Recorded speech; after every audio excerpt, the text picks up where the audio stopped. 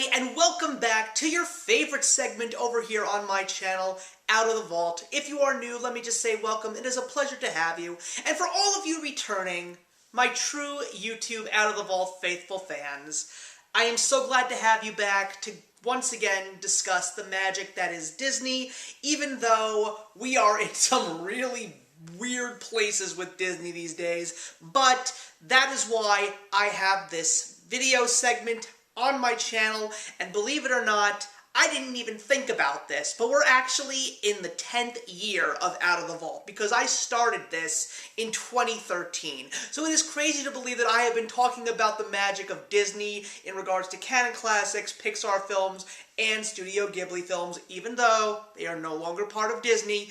I love it, and I'm just so glad to know that there are so many people who always come back. So we are going to go back to the world of Pixar because I really don't have any classics to talk about with you guys until I finally see the newest canon classic that is coming out at the end of 2023.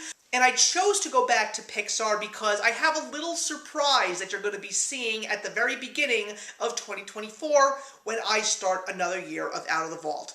And that means we are going to be discussing probably one of the all-time favorite Disney Pixar films, the fourth Disney Pixar film from 2001, Monsters Incorporated, or Monsters, Inc. for short, featuring the voice talents of Billy Crystal, John Goodman, Jennifer Tilly, Frank Oz, and Steve Buscemi. So this is a movie that is near and dear to my heart because there's so many amazing things that are connected with Monsters Incorporated.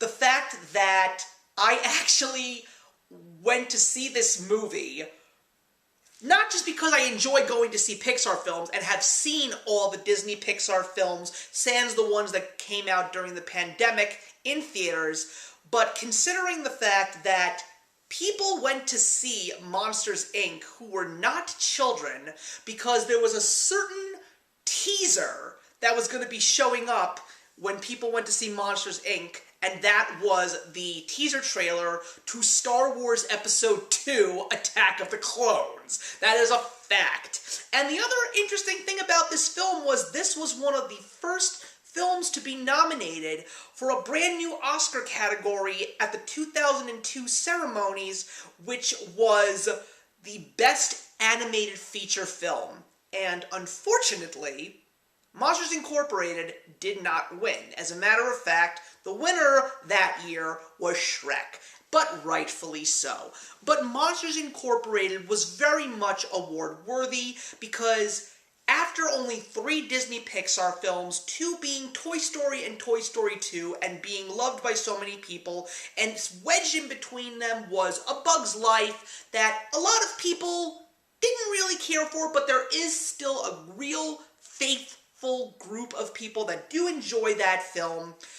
You know, when it was time for another Pixar film to come, what will it be? Because we've sort of come to the realization at this point that Toy Story seems to be the only one that people truly like overall. So what's this new one going to be about?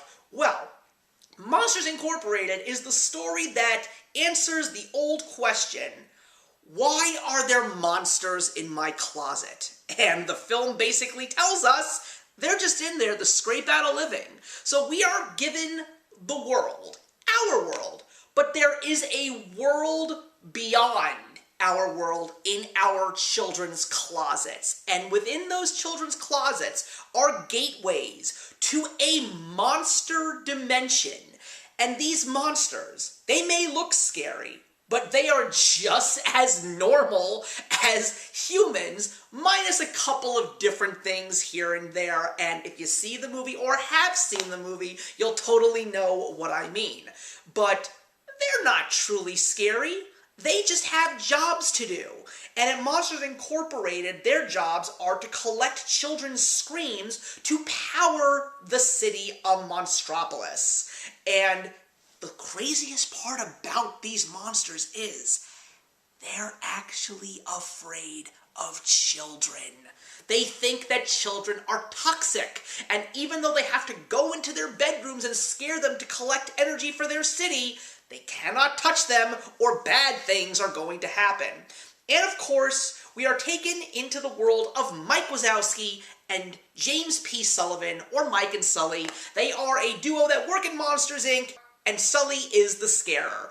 And he is in competition with another monster named Randall Boggs, who is played by Steve Buscemi. He's not a truly villainous guy, but he's definitely jealous of the fact that Sully keeps getting better scare numbers than he does, to the point where he's working overtime and unfortunately causes a very interesting accident to happen, and a little girl is let loose into the monster world, and this is by no means over-exaggerating. The wackiness ensues. So this movie has been around for a very long time. As a matter of fact, over 20 years at this point. And the question is, does Monsters, Inc. hold up? You better believe that it does. It was so great to come back to this film. Billy Crystal and John Goodman are dynamite. They are so much fun, the jokes are so on point, and you just find yourself having a grand old time watching this movie. This is also the very first Pixar movie that was directed by Pete Docter, who was one of the true founding members of Pixar under John Lasseter. And it is such a fun movie, a great score by Randy Newman, but I also love the efforts that went into this film, particularly around Boo, the little girl that escapes into the monster world and creates an unbelievable bond with Sully. The way that they got this little girl to feel authentic was ingenious. They actually had a little girl under the age of 3, I believe it was, just running around the recording studio, and they would pick up all the words that she was saying. They would guide her to do certain things, say certain things, and it is just unbelievable that they managed to get all of this done, and it truly becomes Boo, and Boo is just one of the most beloved Disney Pixar characters. Also, this was the movie that really gave Pixar the chance to step up their game with technology, especially when it comes to the textures. The different textures of the monsters, especially when it comes to hair and fur. This was when you really started to see CGI animation truly getting towards its potential and even surpassing its expectations. And unfortunately, at that time, really making people think that maybe 2D animation might end up being obsolete. But at this point in time, I still feel that animation is animation, no matter what shape or form it is. And as the great Walt Disney himself said, animation can create anything the mind of man can conceive. And to create a wonderful, heartwarming, charming, hilarious, delightful film like Monsters Incorporated. I mean, how can you lose with this film? This is a film that I proudly own. This is a movie that I have watched numerous times. I especially love the opening credits. It's just so cute. That's really what it is. Like, you know this is a movie about monsters, but you're never going to see monsters the same way again after you watch Monsters, Inc. And I gave this movie a strong 4 out of 4. It really is one of the best, and it really is still something that holds up. You can take a look at that one along with all the other truly great Pixar films where they started at the beginning, and they all, or at least most of them, really do stand out, and they can be watched by so many people in different generations, no matter what, and everybody will find something truly great to take away from this movie. Now, there's a little bit more to the Monsters universe, and we will definitely talk about that in future videos. But in the meantime, everybody, I really hope you enjoyed this one. Please leave your comments in the box below, and let's discuss Monsters, Inc.